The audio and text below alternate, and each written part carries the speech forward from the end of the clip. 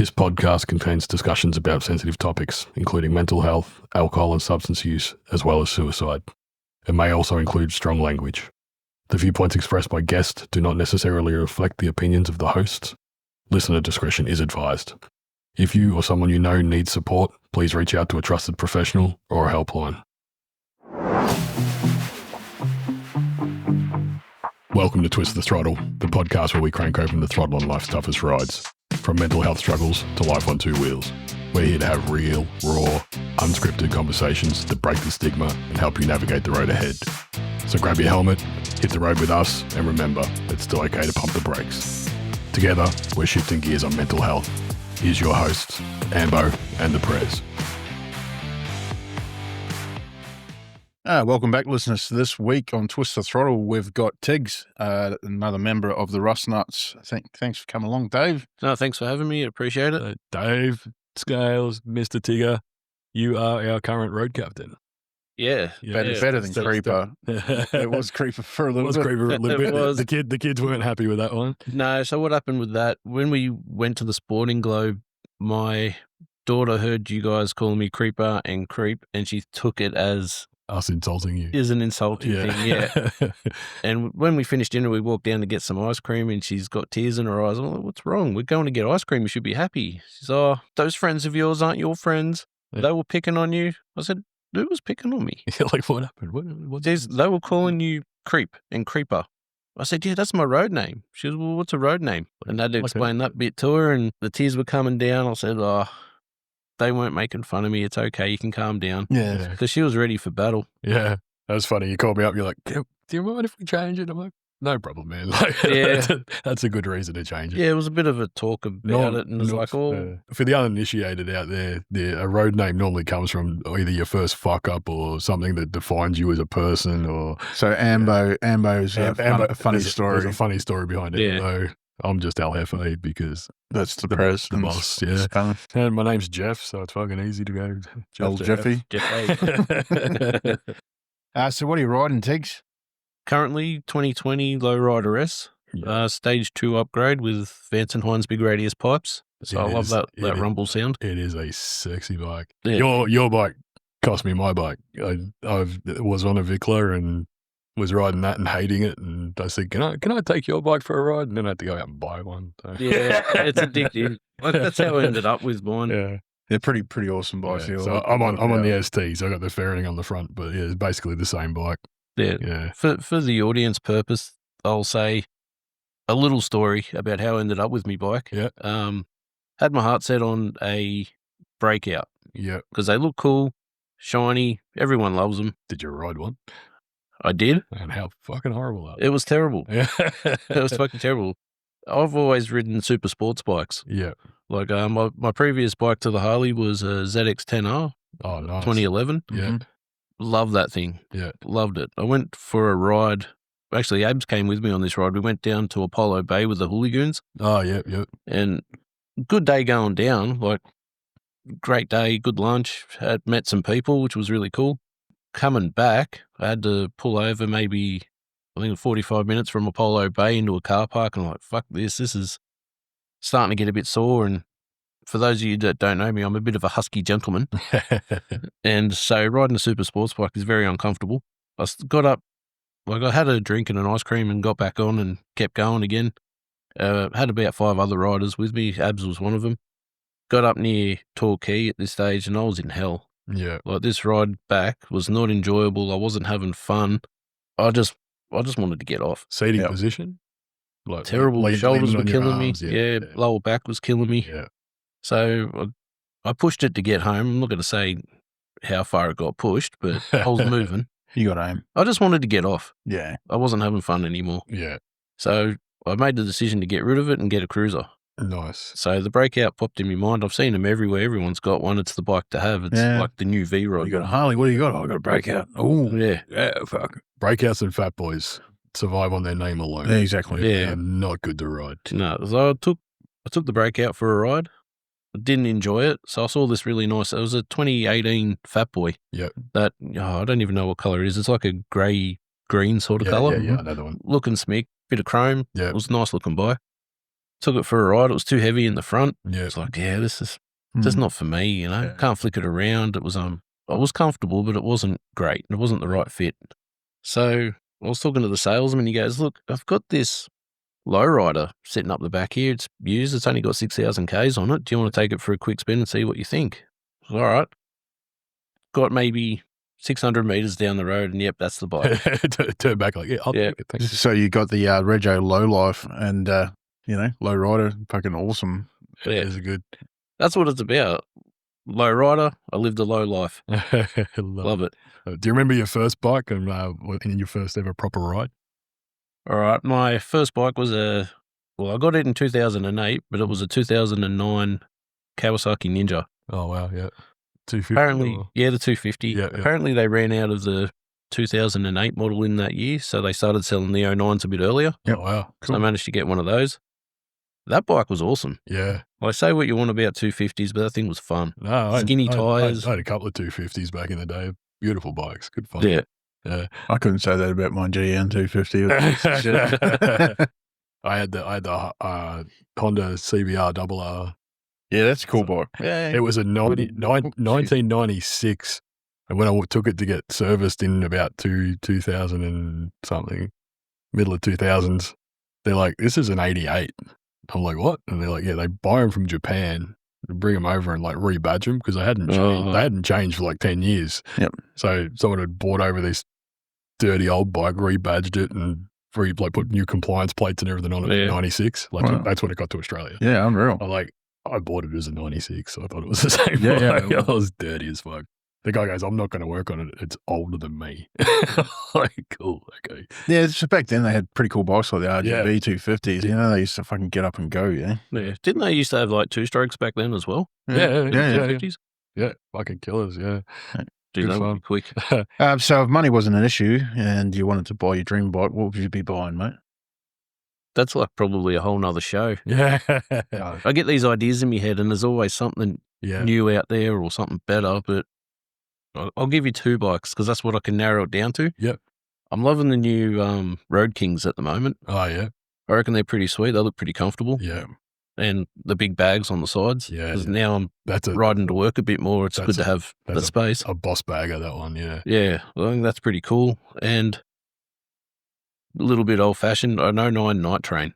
Oh, beautiful. Yeah, they're just a badass looking bike. They are. They're sick. So when we cut your veins, is Harley Davidson blood falling out of you? Starting to look that way. I should have. If Rainbow's coming out, we know what brand he's on. There you go, Roger. We got you into another episode, buddy. Yeah, I should have bought one years ago.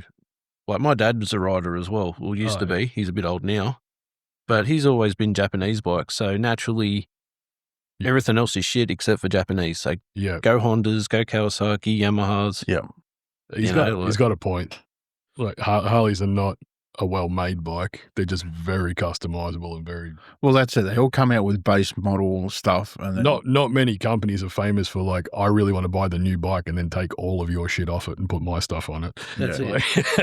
New seats, new exhaust. Yeah, new exhaust. You've got to have a new seat, you've got to have new exhaust, new cam, new handlebars. Yeah, that's just the standard for a Harley. But it was also what drew me to it too. Like the customization of your bike, it's endless. You can do whatever you like. And if you can't get what you want off the shelf, there's always someone out there that can make it. Yeah, exactly.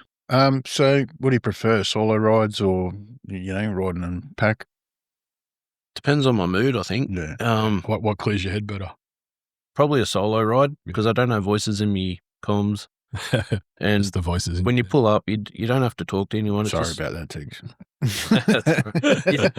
I love you singing. Fucking terrible, but anyway. There's a reason I'm not on comms. But it's, I like having my alone time to process whatever I need to process. But having a group of mates with you, there's not really much of a better feeling than that, really. Like, you can talk about your ride. If you see something out on the road or have a near miss, at least your mates are there to laugh at you or get angry with you. So now that you've been riding up the front and leading the pack, do you prefer being up the front, down the back, in the middle, in a pack ride? Where would you rather be? Well, now that I'm up the front, I think being up the front's pretty good. Yeah. At first, I was a little bit shy to go up the front because I was already used to riding back with Bam and Bounce. Yep. That was sort of like my comfort blanket within the group. Yep. But yeah, what do you call it? Expanding my horizons a bit at the front. It's been good. It's been good riding next to you, mate. It's been yeah. Thanks. I'm trying. Fun. No, you're doing a good job, man. It's one of the most thankless jobs we've got. Yeah. Yeah. No matter what you do, I think I've got a couple of questions coming up about this anyway, but yeah, no matter what you do, someone else has got a fucking opinion about it. I've got an opinion sometimes, like you'll zoom through lights and like I think Roger does it too. So everyone does, man. It's hard at the front to remember you've got. It's a rough learning curve. Your vehicle is basically a kilometre long. Yeah, but I can't see exactly all the way back. I can see probably past. Yeah, maybe Chad. I could see 2 or 3 bikes back, and that's about it. Yeah, and that's about it. And I always try and look for when we have the van at the back. I always try and wait until I can see the van behind me to know where everyone is. But when you don't have that, it's hard to pick one bike out of just headlights. Yeah, that's it. Yeah. And with the last couple of rides we've done, I haven't been able to talk to the tail gunner. Yeah, so that's fixed now. Yeah, it made it hard. Yeah, I think our last run was probably one of the smoothest we've had. Was awesome for a while. It was a good ride. There and back again. So what's your go-to servo feed mid-ride? Is there a spot you like to always seem to pull into, or just whatever's around? I try not to stick to the same roads. I try to see roads I haven't seen before. Yep. So whatever servo comes up and I need fuel, that's where I go. Do you like to linger around and talk to people like me, or sometimes, yeah. No, sometimes it's good. Like I'm making that T-shirt. That's how you expand the community too. Yeah. Like if I'm filling up my truck at a fuel stop and I'm walking on and see a bloke on a bike, I go, hey mate, how's that thing go? Yeah, exactly. I had a lady the other day pulled up a servo. We got another servo story. Yeah. She was looking at my tattoos. She goes, "Oh fucking, they look cool." Yeah. She stopped and I was chatting to her for a little bit. Get another one? No. She was 80. No, it's not 80. I actually thought about it too late. I always think about it too late. I can always at servos too. Same one at the servo before. Too funny, mate. Too funny. What kind of rider are you when you're not with the pack? Would you say you're aggressive, calm? Do you ride a bit harder by yourself or with the crew? I think I ride a bit harder by myself because I don't have to worry about anyone around me. Yeah. Especially on the ring road, that lane splitting. Oh, I'm cruising through pretty quick sometimes. Yeah. I stay away from trucks though, but cars, screw them. Yeah. What's your dream road trip that you haven't done or one that you've been thinking about doing? Tasmania. Tassie, yeah. Yeah, I want to head over. Do that with you. Yeah, I'll do it as come well. along. Yeah. More the merrier, I think. Let's do it a rusty one. Is it really classed as an overseas ride though? Oh, you got to get on a Tasman Sea. You got to get on a boat. Bass Strait, actually. That's it, Bass Strait, yeah. It's a strait, it's not a sea. Yeah, we can argue the point. Yeah. I'll tell you what, you're still in the same country, so I don't think so. But it is taking your bike overseas holiday to go riding. I reckon maybe. I don't know. The guy who runs those badges is a bit fucking dodgy and changes the rules. Fucking change it. Change it all the time. So how did you first hear about the Rustnuts, bud?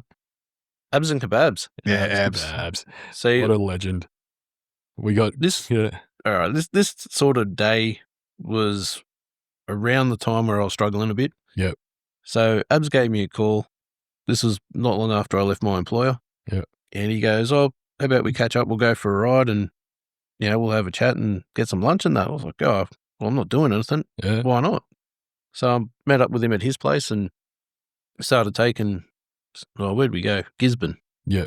Went up to Gisborne. Through Darley. Yeah, back up that way. Yeah.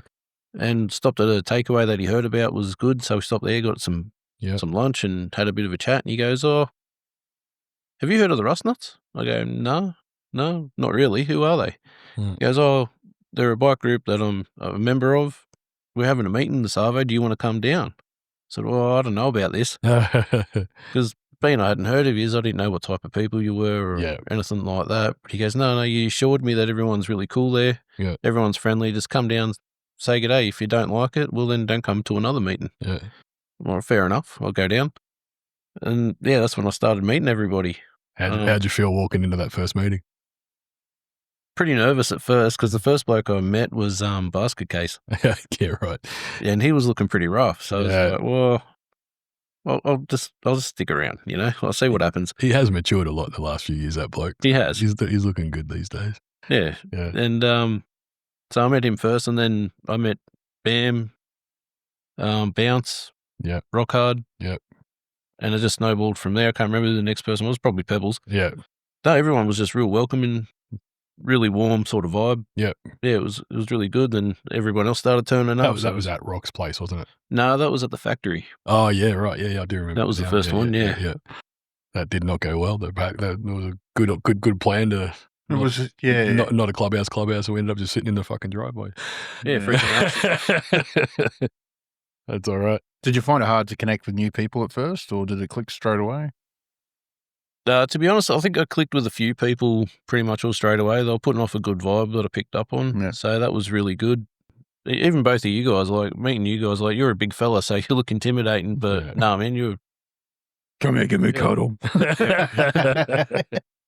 Yeah, so it was a bit daunting. So many people all at once. Like I don't do well in crowds and talking to crowds, if you haven't noticed. No, it was just great. I made sure I said hello to everyone. I made sure I said goodbye to everyone, and everything was great. Yeah. I just sort of jumped into different people's conversations. Yeah. A bit rude, but I did it anyway. No, that's the fucking point. That's how you meet people and talk to exactly people. right. So, no, it was good. Has being in the Rustnuts changed anything for you personally, on or off the bike? Yes, it has. Yeah. Like I came from New South Wales. Well, can't even remember what year now. Go the Mighty Blues. Like I sort of went from not really knowing anyone. Like I had a couple of mates down here anyway, because I'd sort of come and go over the years following work and things. Yeah. But I sort of lost touch with them, just so they're busy and I'm busy, and it's just life, you know. And I've gone from basically not having any mates to having 25 mates in a couple of days or a couple of weeks. Definitely. So it sort of lifted my spirits up a bit, and so that was really good. One of the big things that's different about our club to most clubs is how much we try and involve family. I know Amy and the kids have been that's a pretty big part of it as well for you. Like being able to bring them makes it easier to get time away and stuff. So that's it. Like when I told, unless the power goes out. Yeah, like when I told Amy about like joining the Rustnuts and that, and I wanted to be a part of the group, she was a bit hesitant on it. Like groups. But when she started meeting people and she's on the foreman's chat. Yeah, she is. Yeah, chat, that's good. Yeah, so it sort of calmed her nerves down a bit on that as well. Yeah, because like being a biker, you get painted with a certain brush, and like I know this has been on the show 100 times already, but you get painted with a certain brush, and it's not great because everyone seems to look at you like you're a dickhead or something. Yeah, but really, they're the friendliest people you'll ever meet. Mate. Yeah, 100%. I can't agree more. Yeah, agreed. Even the big fucking scary looking ones are good. Yeah, I agree. So what's your favourite Rustnuts memory so far? Something that stuck out with you? I think the first ride I did with the Rustnuts, it was Father's Day a couple of years ago. I went with Jigs. Yeah, I met up with Bam at AMX in Hoppers, and then we went up to Cooper Street. Then we met Jiggles there and Chad. Yeah. It wasn't a big crew. It was about 5 or 6 of you, wasn't it? Yeah, it was only small. Yeah. But it was a fun day out, quick blast out towards King Lake, I think it was. The first time I've been out there. Yeah. Stopped at a bakery, had a chat, then did a bit of a loop coming back and went home. So I was only out for a few hours, so it was pretty good. At least I got to go home. My kids were awake when I got home and could open me presents and stuff. So it was best of both worlds, a bike ride and Father's Day. Yeah. I can't remember why I couldn't go on that one. I think I was crook or something, but yeah. You had the kids, I think, so yeah. Typical father. Father's Day. What does the club give you that you didn't even realise you were missing? Camaraderie. I didn't know how important that was in a person's life, really. Finding your tribe. Yeah, finding your tribe. Yeah. Oh, it's even hard to explain. Yeah. Really, it's... You don't know it's there. You don't know it's not there when it's not there, but you certainly miss it when it's gone. Yeah, exactly.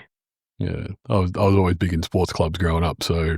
Yeah, when I stopped doing sports clubs, I was like, I kind of lost my whole friendship group from whatever sport you stopped playing because you were friends because of that. Yeah, that's it. And now we got bikes and... Like I was always part of teams when I was younger playing soccer and stuff like that and school teams like footy and all that sort of stuff. So I've always been in with groups. Around it, yeah. So it's been really good. Camaraderie's good, and I hate to say it, but I think camaraderie is dying in a lot of definitely areas, industries, groups.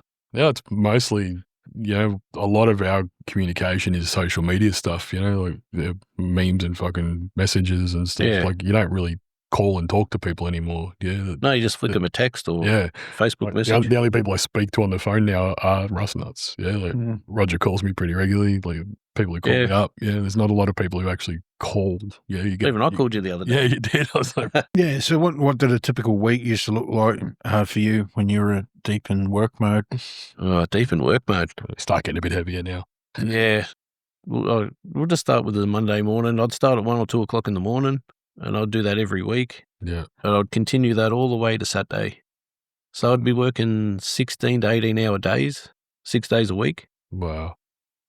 I was tired. Yeah. Really, really tired. Yeah. I didn't realize it sort of at the time that was like the start of my depression. Yeah. But I'd been doing this since I was in my 20s. Yeah. So I'd be, like, when I was an apprentice boilermaker, I was working 7 days a week, 12 hours a day, and no downtime. Yeah.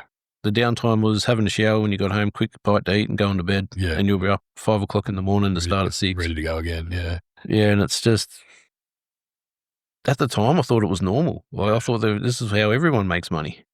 You get like a shopping list. Yeah. Right? Think of life as a shopping list. You got to buy a nice car. You got to have a nice house. Then you get your wife and your kids, and then you got to look after them. Yeah. So you want to do your best. But I think that's where a lot of people get lost. I think that's where I got lost as well, was trying to stick to that shopping list. If you're at work 100 hours a week, you're not actually spending any time with that wife and kids. And no, like I'd see Amy and the kids around lunchtime on a Sunday. Yeah. Because I'm that exhausted, I can't wake up. And then the day's gone, and we're not having fun. We're not going out doing anything. Yeah. Yeah, I used to cop it a lot.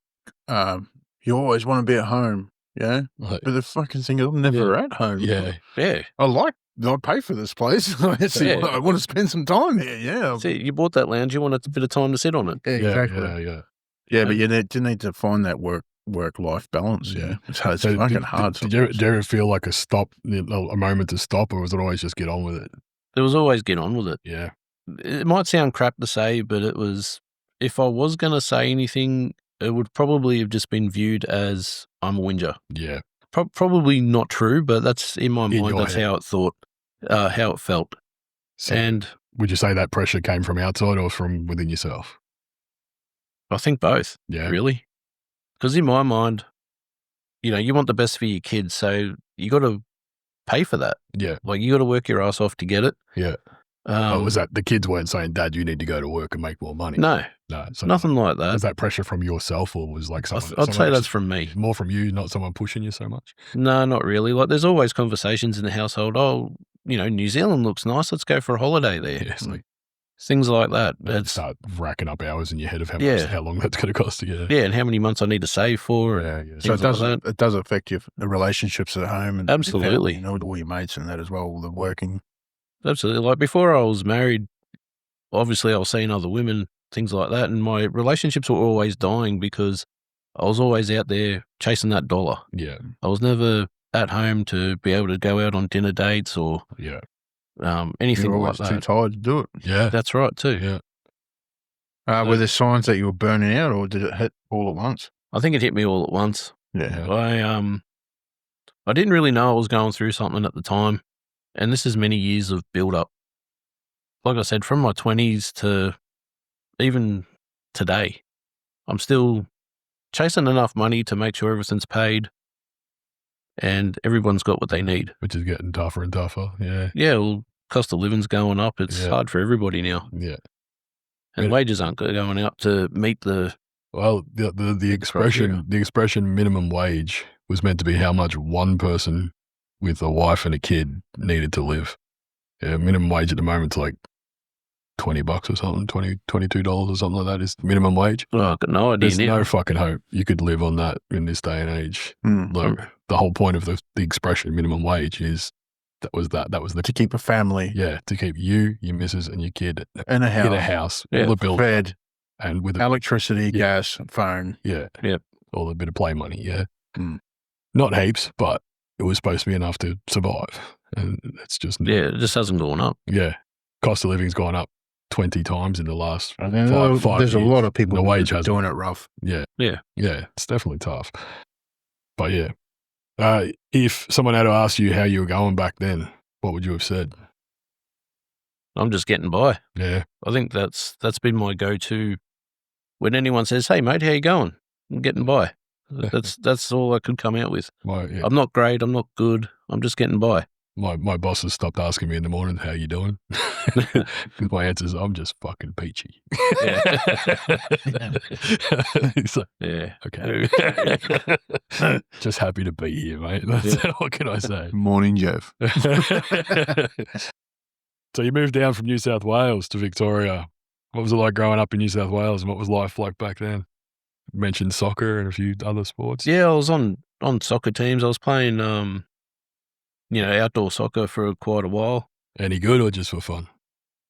Just for fun, Yeah. pretty much. Yeah.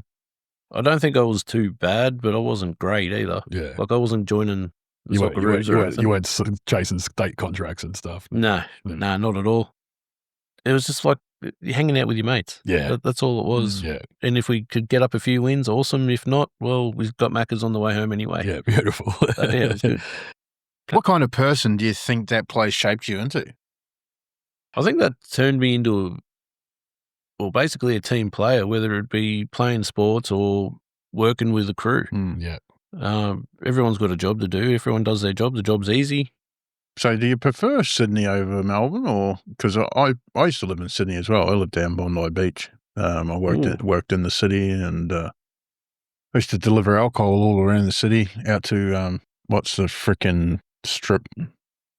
I forget. Oh man, King's Cross. Or? King's Cross. Yes, yeah. Go to King's Cross and deliver all the strip clubs out there. Yeah. Oh, nice. Yeah, it was a fucking crazy lifestyle when all that underbelly stuff was all going on. Yeah, you're in the thick of it. I was in the thick of that right back then. Yeah, I never got rolled once. No. But yeah, no, it's a different place altogether, Sydney. Crazy. It is crazy. People here in Melbourne are a lot more friendlier than people in Sydney. So were you a Sydney boy or just in New South Wales? Whereabouts? Country New South Wales. Country New South. At the time, yeah, a bit different Metro Sydney. Like I'm from the Hawkesbury. Oh, nice. So that's rich people's country. Northwest of Sydney. It was a good place to grow up. Like everybody knew everybody. Yeah. At the time, like obviously from when I moved there back in '88, and pretty much all stayed there for high school. Yeah. Yeah. Like my brothers were well known. They knew everybody. The people they didn't know, I know. You know, through conversations with my wife as well. She grew up there as well. So the people I don't know, she knows. Yeah. So we pretty much will know everybody in the area. So you still got family in that over there? My wife's family's still there. Yep. My dad lives at Jarvis Bay. Yep. My mum lives down here at Truganina. Yeah. Yeah, Truganina. Drugs, yeah. How many brothers you got? Oh, okay. I've got stepbrothers and sisters as well. Oh, mate, right? my family tree looks like a weed as well. Yeah, we're going everywhere. Yeah. I got, my actual brothers, I've got two older ones. Yep. And I've got an older sister as well. She lives down here. She's at Cranbourne. Oh, yep. No, not Cranbourne, Carrum Down, sorry. Yep. She's out there. Same area, yeah. Yeah. And I think I've been pretty fortunate, actually, because I've got good big brothers. Yeah. Well, they always looked after me when I was younger. Yeah. Like giving me cool clothes and stuff to wear, so I wasn't like picked on. Picked on at school. Yeah. My sister's, she's a great sister. Yeah. Like she looks after the kids and that sometimes. If I need any help from her, I can always get it. Like she never says no. A bit of a deeper question. Did you grow up with your own identity growing up after two brothers, or were you always like the little brother of? It started off as you're the little brother of, but it sort of went away after a while. I'm my own person. Yeah. People could see that I'm different from both of my brothers. Yeah. But I'm sort of a hybrid between them. Okay. Because they're complete opposites as well. Like I've got one brother that's into cars and bikes and anything mechanical, and I've got another brother that's the best way to describe the smartest idiot you'll ever meet. I love it. But book smart, not street smart? No, he's pretty street smart and he's book smart. Like he's academically gifted. Yeah. It's just he hung out with the wrong people for too long. Okay. And did fuck all with his talent. Yeah. And he's just wasted talent. Yeah. Like, I love you, Matt, but fucking hell, man. You shit together, Matt. Yeah. And he is now, like, he's a civil engineer now. So he went to uni later in life. And build us something special that we can look upon and go, my brother made that. Yeah. So when did Melbourne come back into the picture for you? 2021, I think we moved back here. Yep. Ben was young back then. Yeah. He was always sick. He's such an old soul now. No. He's another gifted academically kid, I think. Yeah. But he's just him. I love him. He's a good kid. Yeah, he's awesome. Yeah. He's just a unique individual. Yeah. He's got his own personality. Love it. But that's all you want for your kids, really. Yeah, but back then, sorry, but back then it was he was going to daycare all the time, like full time. Yeah. Because Amy was working, I was working, and then she would start taking days off because he was sick and couldn't go to daycare. Yeah. And then I tried taking days off as well to help look after him. And in the end, Amy lost one of her jobs. Yeah. And then she got another job and then was in danger of losing that job as well for the same reason, like looking after your kids. Yeah. And I got you're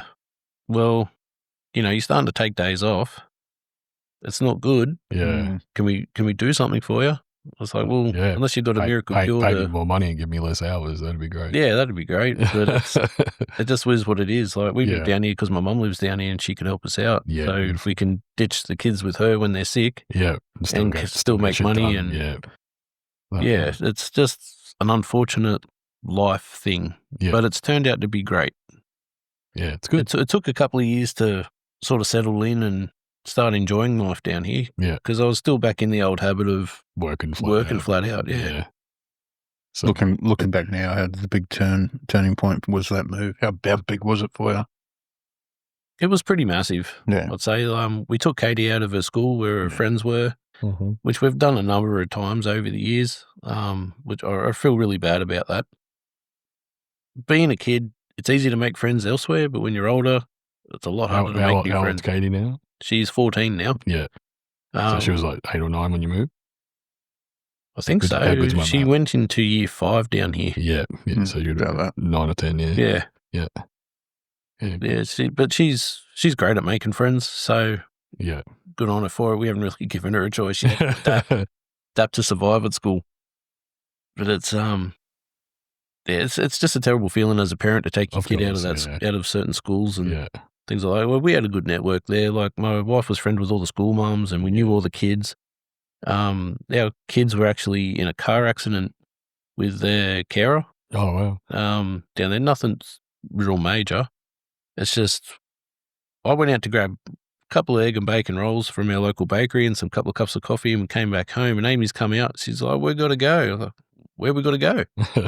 She goes, "Oh, the kids have been in an accident." I'm like, "Fucking hell." Yeah. So she jumped in the car. We took off down the street, and the mums made like a big circle around these kids, like a protective circle. Yeah. Like, that's the community. That's I the love. Community. Yeah. Definitely don't have that down here, do we? No. Yeah. That's more of a country thing. Yeah. If you get into the suburbs, you kind of lose that personality. Yeah, that's it. But there's no living like country living. No, exactly right. So we're going to go a bit deeper into your mental health and struggles and stuff. What does depression feel like to you? Not the textbook stuff, but like your version. What do you say depression is? To me, it's like being trapped in a prison cell. Yeah. That's each day you're living in it, it's getting smaller. Yeah. Trying to break free of that's fucking hard, especially when you don't know you have a problem. Yeah. Because I didn't see it as a problem. I just thought that was life. That's life. Yeah. Maybe I'm the problem in that problem. Yeah. That was the thing. To be honest with you, I think it's when I sort of blew up at work, I think it was that was my turning point of the start of getting out of it. Yeah. You're like, something's not right here. Or just, I'm going to make a change. Well, when you've spent years only sleeping maybe 4 or 5 hours a night, it catches up with you, and it's time you just got to get out of it. Yeah. You can't sustain it. Yeah. It's recognizing that you've got there's a problem and you need help. I think that's something. That was I probably didn't realize I had a lot of depression as well. It wasn't until I actually fell down that hole and went, fuck, something's wrong here. Yeah. Yeah, definitely. Some people might be going through the same thing, you know. Yeah.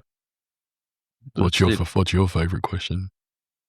Oh, well, if you actually come across somebody that was having a bit of a hard time with a bit of depression or struggling to figure out what to do, would you know where to send them? Have you got any helplines that you've used, or what comes to mind? What comes to mind, I haven't actually used one myself, which I'm sort of a little bit disappointed in myself for not trying that first. I wouldn't say that. But I'd say Beyond Blue, I think would be one of the best ones to go to. Yeah.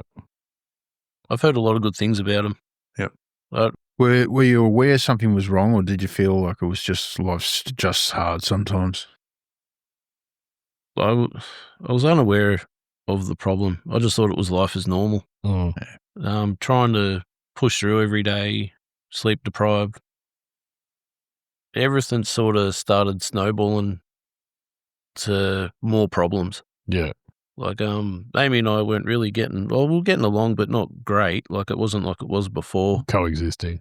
Yeah. Yeah. That's pretty much how it felt. Like, I'm not knocking her or anything, because she's a fantastic wife, fantastic person.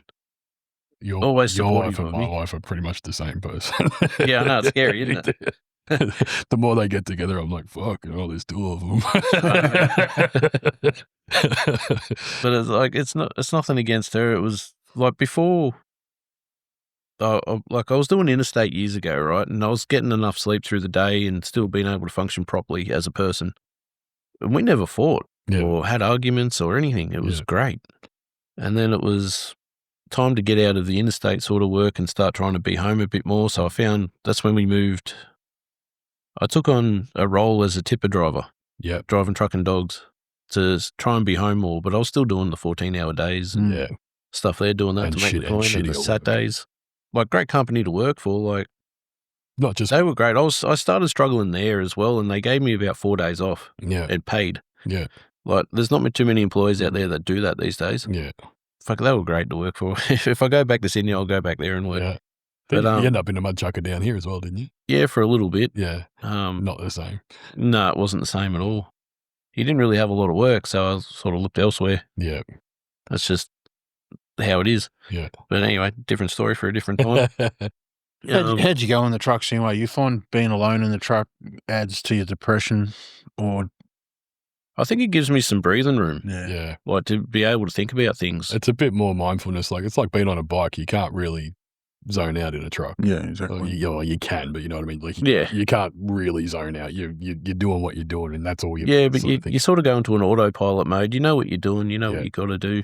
You watch out for your hazards and stuff, but it's more like, check your barriers. like, I can put my music on. I can get wrapped in my music. I listen to podcasts as well, because I like hearing, people's stories and that as well. Us too. Yeah.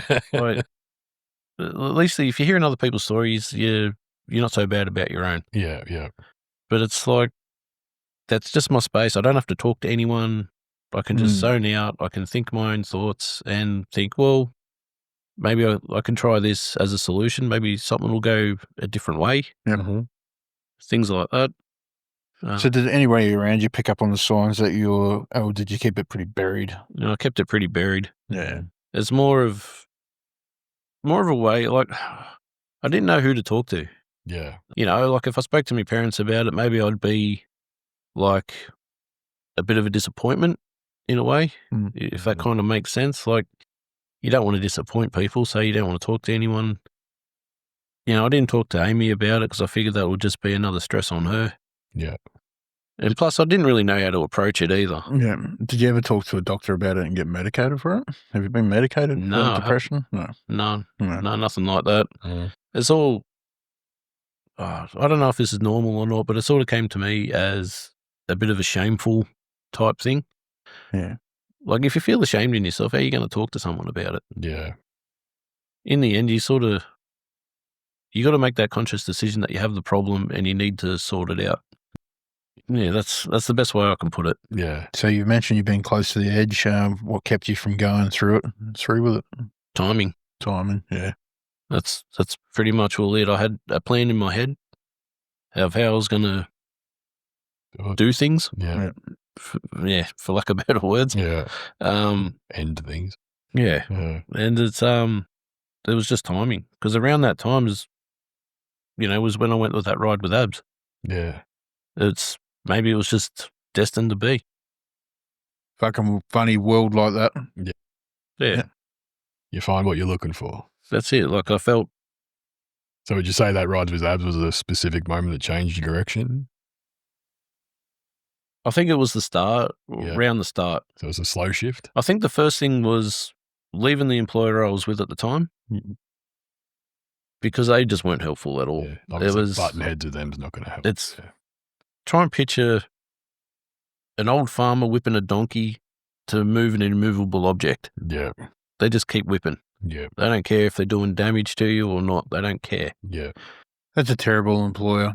Yeah. There's plenty of them out there. Yeah. Yeah. Yeah. We've all worked for companies where the dollar is more important than the person. Well, I find that Actually hard sometimes. I like an employer should be able to go up to your employer and tell your employer what's going on and feel.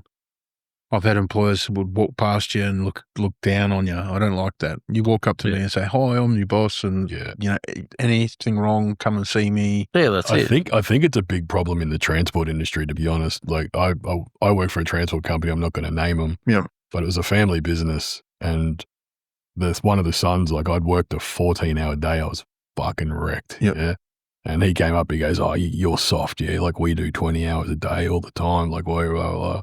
And he started telling me a story about how his dad was getting him to do interstate, and he went from Melbourne to Brisbane, Brisbane to Sydney, Sydney to Adelaide, Adelaide to Melbourne. And he said to his dad, "I'm burning out." So his dad brought him out some speed.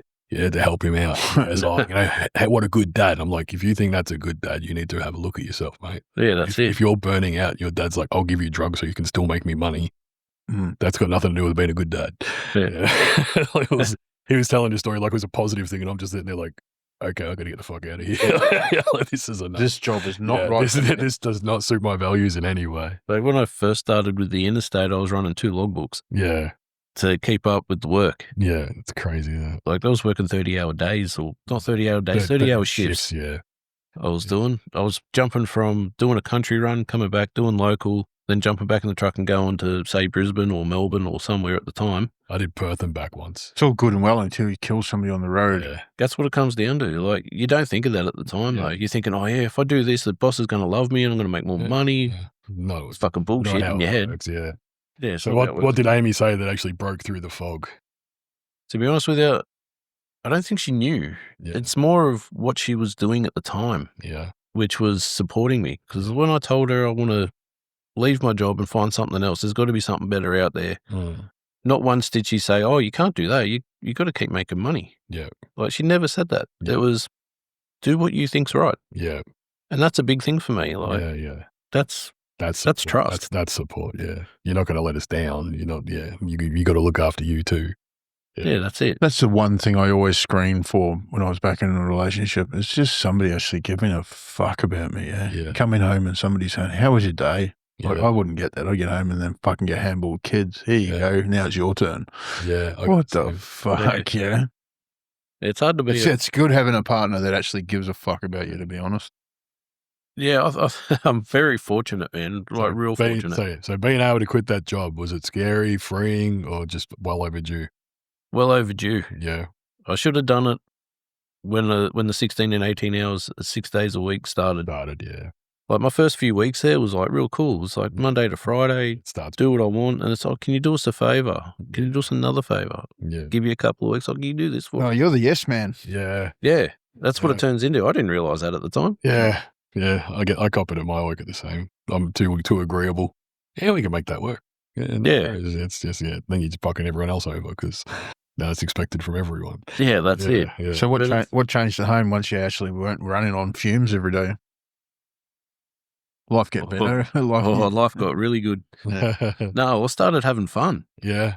Like I was with the Rustnuts. Yeah. You know, going out for different rides. Dinner. That's massive for me. Dinners, everything. Yeah. People to hang out with. Yeah. You know, laughing. Yeah. I spent so long not laughing. Yeah. I didn't even realize. I thought about it like a few weeks ago, actually. Like, I think it was one of our meetings. I hadn't laughed that much in a while. Yeah. I was like, fuck, there was been like a few years where I haven't actually done this. Well, mouth hurts and your stomach, your sides hurt. Yeah. You're laughing there. Yeah, your jaw's about to drop off. When you're Like, sitting at that's the such a Prez good thing. run, sitting there quiet, everybody's going, I think Jeff pulled his son. Yeah. Are you okay, mate? That was the first time I actually got to spend some time with you, and you were sitting in the corner super quiet. Yeah. It's like, I just don't want to make a dick of myself. Yeah. I didn't want to spill my secrets. That was the thing I had, like Yeah. spilling things that wouldn't make sense to you guys. Yeah. You're like, what the fuck? What made you say yes to the invite to the Rustnuts meeting? So when Abs asked you, what made you in your head? Well, you kind of didn't give me a choice. Yeah, good. Like I was sort of pressured, like, just come down, just meet everyone. If you don't like it, you can go. Well, that's it. But- If you don't like it, you're not for us. No, but I had a good time. I had a good chat with a number of blokes there. How'd you go on the group messenger chat? You got added to that pretty quick. It Oh, bombarded you I pretty think quickly. I was added didn't it? that day, that Yeah. afternoon. Bing, bing, bing, bing. No, it was calmed down a lot, actually. It's hard to get my used head around It it. used to be nuts. Yeah, but it's hard to get your head around first because you're getting all these messages and then there's like inside jokes. So you sort of go back like, and, I don't know. oh, yeah, I remember now, that. Now I know this. Scroll back down again. Yeah. Why is Roger K? Okay. No, but it's Love you, Roger. Yeah. like I think I've been in it for a couple of years now. Yeah. And it's, Yeah. I'm used to it now. Yeah. Today was a bit odd because there's been no It's been messages since quiet. before lunch. It's been And quiet, yeah. I didn't know what to do with myself. Tin Man got in there and broke stuff, which is always good. Yeah, Thundercock says I'm fucking over it today, and I go, do you know, I fucking love that because so am I. It's just one of those days, I think. Yeah. I got home, stood up, ate a sandwich, and you guys walked in. I'm like, fucking all right, let's go. Yeah. Actually, this is the first time I've sat for the day. It's great. Yeah. Do you think that ride saved you and the mates that came with it? Big influence, obviously. We kind of talked about this a little bit already. I reckon that's probably a bit more than half of it. Yeah, I reckon did. Having mates again's a powerful thing. yeah, Like just someone to bum around with, drink a beer with, have a joke and a laugh. Like I think that's what makes us all human. Like absolutely. camaraderie. It makes the point. It's the point of life. Yeah, like it's not. Yeah. You weren't born to go to work. You were born to No. connect with people. But you sort of get told that when you're younger too. Like you got to work hard. You got to save your money. You Yeah. got to do your shopping list. Yeah, and then we watch all these kids fucking opening toys on YouTube making $1 million a year, and you're like, hey, Mm. you know, I've worked really fucking hard my whole life. I haven't made $1 million. Get down in the coal mine. Here's your canary. Off you go. Yep. World is a different place. Yeah, it is. So, what's fatherhood taught you about life and about yourself? The longer I'm a dad, the more I understand my own dad. Definitely. Like it's, Yeah. I'm like this. Not only do I look like my dad, but I even sound like my dad at times. I know it happens. Amy, you don't have to point it out. I know. And It's always a funny point when you're yelling at someone or doing something. You're like, oh, You my stop- God, stop- that's my dad. I remember getting yelled at I like heard this. that. I heard that one. yeah, you stop and think and go, "Well, Yeah. yeah, maybe I should ease up. But being a dad's hard. But it's harder than it looks Definitely. because no kid comes with an instruction manual. You sort of got to read between the lines with them to see, well, if they're doing all right or not. Yeah. Or if something happened and they're trying to tell you but not actually tell you. Yeah. Things like that. Not that anything with my kids has gone horribly wrong like that, but You're starting to get to that age now where your daughter's in the teen years. Ambo can attest. This is walking through Werribee Plaza. This is the toughest time. Yeah. If you can survive in the next 8 years. I feel myself getting more angry now that she's grown up. Yeah. For the people that don't know, Katie's actually my stepdaughter, not my real daughter, but I treat her as my real daughter. Yeah, good. And I'll do anything for her, the same as You're not the stepdad, mate. You're the dad that stepped up. Well, yeah, like Good way to point it out. Yeah. yeah, I guess you could say that, but her dad's not. Around. He lives in Sydney. We live down here. Right. So she goes up for holidays, but she's lived in my house, well, with me and Amy since she was 2. Yeah. No, 3. 3 we moved in together when she was that age. So she's been with me pretty much all her whole life anyway. Yeah. That's what I'm saying. She's your kid. Yeah. Yeah. She's got your personality and things like that. Yeah. Like there's Some of the stuff she comes out with yeah. is like, yeah, that's me. You rubbed off on her. Is Yeah. what I'm saying. Yeah. But even walking through the plaza, like if she's wearing, like she never dresses trashy or anything. Yeah. It's just the way guys look at her Fucking don't like that shit. Fucking, what are you looking at? I know what they're thinking. You need to borrow the axe on the Yeah. Yes, I don't know why my daughter wants a belly button piercing. What? Nobody's going to see it anyway. You can get it done too. Hey? You get your belly button done. Yeah. It's like, hey, twins. Yeah. We'll all get it done. Yeah. Do you still That's sexy. Yeah. Do you still feel the pressure to be the provider, or has that shifted too? No, that's shifted a bit more these days. A long time ago, my wife and I used to share a bank account, right? Yeah. So all her money would go in, more my money would go in, pay the bills, and then whatever's left, gets divvied up to where it's got to go. Yeah. And then you get a little bit of play money each. Yeah, but it started out to be one argument after another about money, and that's when we started fighting about things. Yeah. Now we have our separate bank accounts, and I pay this stuff, Amy pays this stuff, Yeah. and whatever she wants to spend her money on, It's go for it. As long as my my responsibilities are met and her responsibilities are met, there's no problem. Yeah. Which is, I don't know, might sound a bit assholey, but No, it works for us. It works. Whatever works for you, man.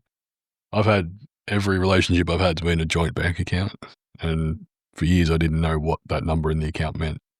No, but you start seeing things go. Yeah. Like, your rent's coming up or your mortgage is due. Okay, your money's aside for it. The next thing you know, you're $20 or $30 short. Yeah. Yeah. Just things like that. Like, there wasn't much communication around it. It's just.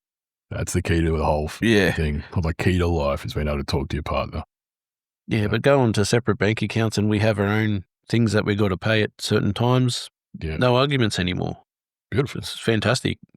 What kind of example do you hope you're setting now for your kids, family, friends? Hopefully a positive one. Yeah.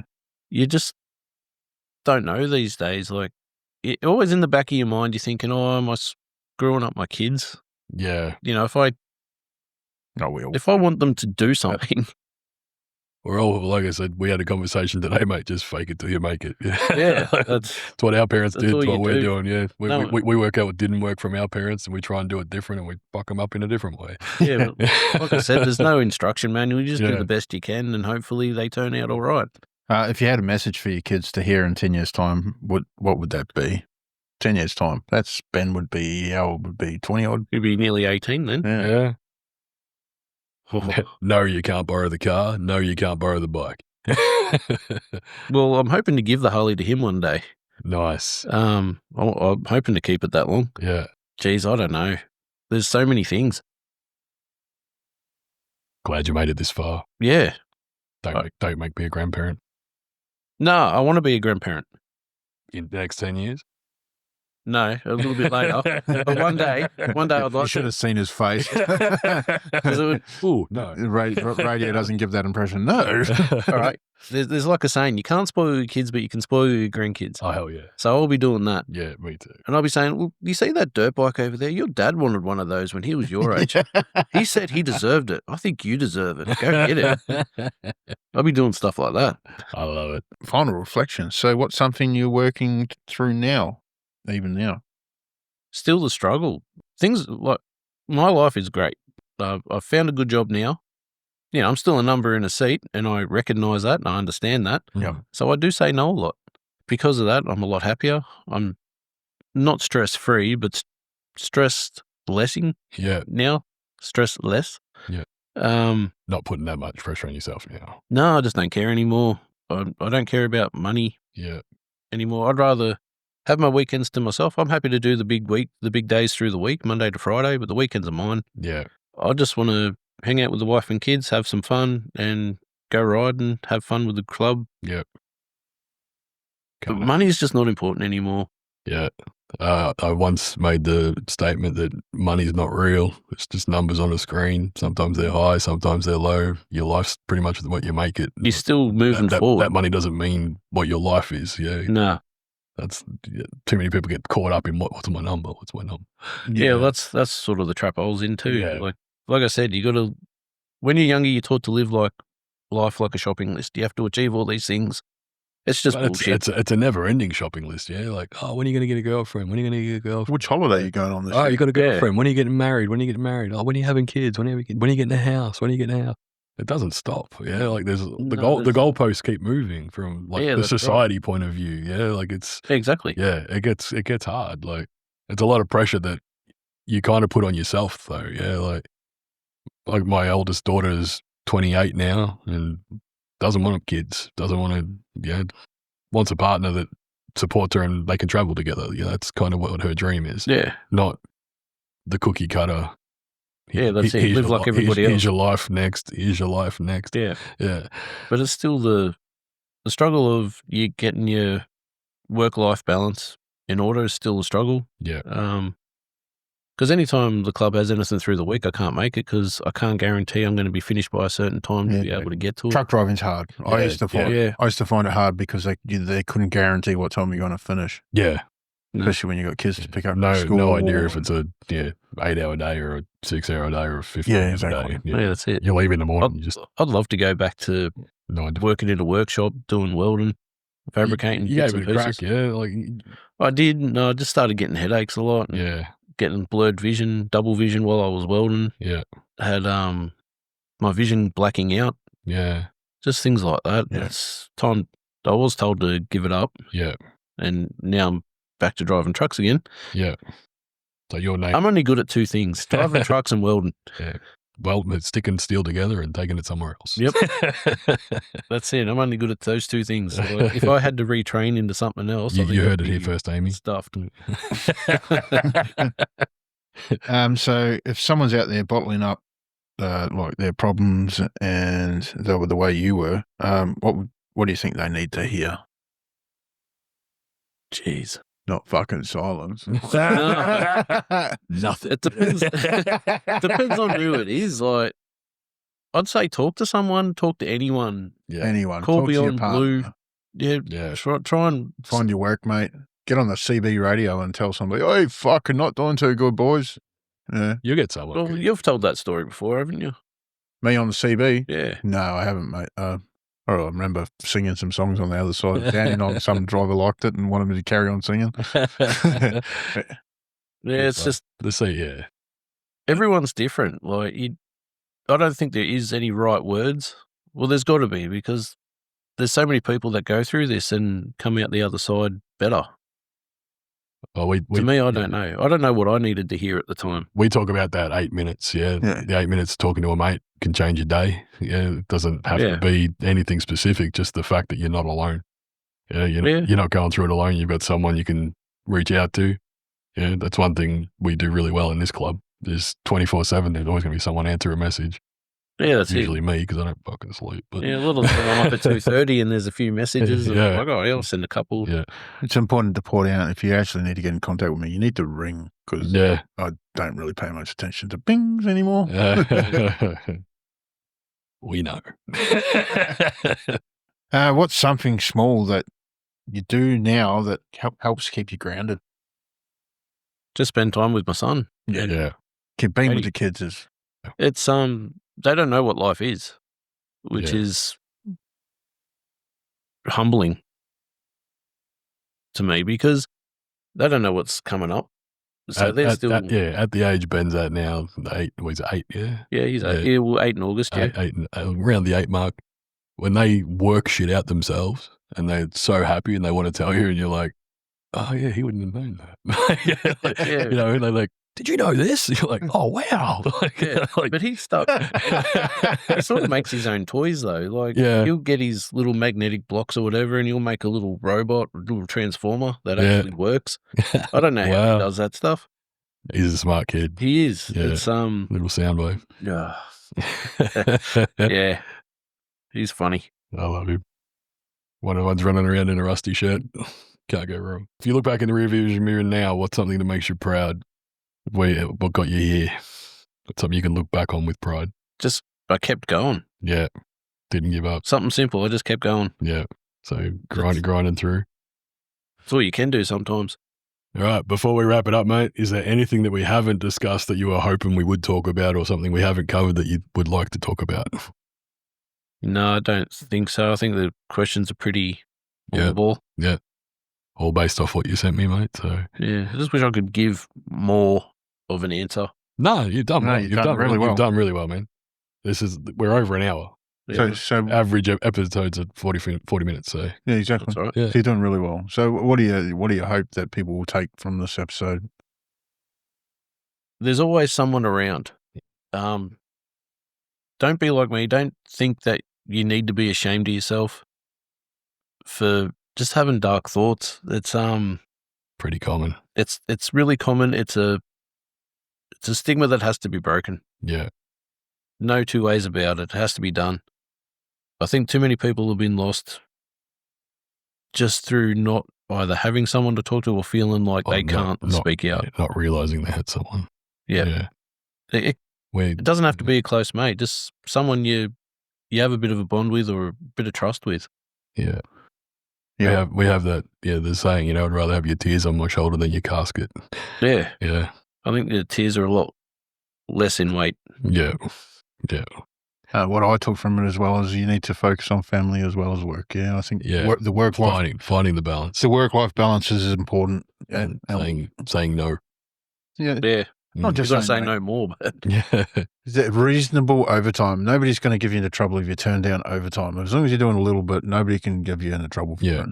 Yeah, I'm sort of stuck in that position where you work till the job's done. Yeah. Oh, yeah. I know in your industry, you can't just go, fuck it, I'm out of here. Yeah. 5 o'clock, trucks on the side of the road, see you tomorrow. Yeah, the only thing I can do is pull over, grab a drink or something to eat and just chill out for 15. I do remember when I was driving for Coles that I'd pull up and have a sleep for a couple of hours if I just couldn't handle it anymore. And nobody ever said a fucking word. Yeah. My employer now is the same. Yeah. If you're tired, pull over. Just give us a call. Yeah, so we know where you're at and we can call you throughout the day to see if you're still okay. Are you tracked in on computer screens and stuff like that? Or yeah, we've got those guardians in there. It's where your seat shakes if you're going to sleep. Oh, wow. I've got a beeper. If I look out the window for too long, then they're going off. Hey, over here. Yeah, I didn't know what any of this was. Road's in front of you, I hear this beeping noise and I'm looking around. Yeah. What the fuck is that? We used to have cameras in the truck. I didn't like them. I put cover on it and then freaking next day I got a message saying, please don't cover the cameras. Yeah. I said, I don't particularly... I got fired for a job for disconnecting their GPS. I'm like, mate, I'm working harder than anyone else. What's the problem? Yeah, like, exactly. We don't know where you are. Well, I'm at fucking work. Yeah, exactly. You get the truck back at the end of the day. But the GPS isn't always accurate either. Yeah. Like I got a phone call. Who was I? I was at Sejuna. Yeah. Doing a changeover, Perth changeover. My boss calls me up, well, where are you? I said, I'm at Sejuna, mate. I'm just pulling up into the pad. He goes, why can't you see me on the tracker? He's like, no, you're about 500 Ks off the coast of Sejuna. So somewhere down near Antarctica. Yeah, good. Yeah, all right. Yeah, fair enough for the phone call. Yeah, it's like... Okay, so one last thing before we wrap it all up, mate. What does Twist the Throttle mean to you? Camaraderie, brotherhood. Yeah. Having people to ride with that understand what it is twisting the throttle. Yeah. Mm. You don't have to go fast to have fun. Just go somewhere, anywhere. Go somewhere you haven't been before. Don't fucking look at me like that. Yes, you fucking do have to go fast. No, you don't. Not all the time. I'm the same, mate. I love a cruise. Mate, one of the best rides I've had in the last couple of years has been me and Jiggles when we went to the first Bendigo bike night together. Yeah. It was right up through the hill. We just cruised. Yeah. We had fun. Had a couple of stops, take a few photos. Yeah. Had a good dinner. It was just a good time. Yeah. Well, it was one of the best times I've had in years. Yeah. And we didn't do anything special. No, it was just cruising. Actually relaxing and enjoying the bike. Yeah. Yeah. Well, thank you very much for making the time. I know you're a busy man. Yeah, thank you. Giving up some family time to come and see us as well. That's all right. I appreciate you having me. And thank you to the audience for listening. All right. Thanks a lot, listeners. We'll catch you on the next episode of Twist the Throttle. Bye. Bye. Thanks for riding with us today on Twist the Throttle. If you enjoyed the ride, don't forget to subscribe, leave a review, and share it with your crew. Remember, no matter how tough the road gets, you're never riding alone. Stay safe, stay open, and catch you on the next ride. Keep that throttle twisted.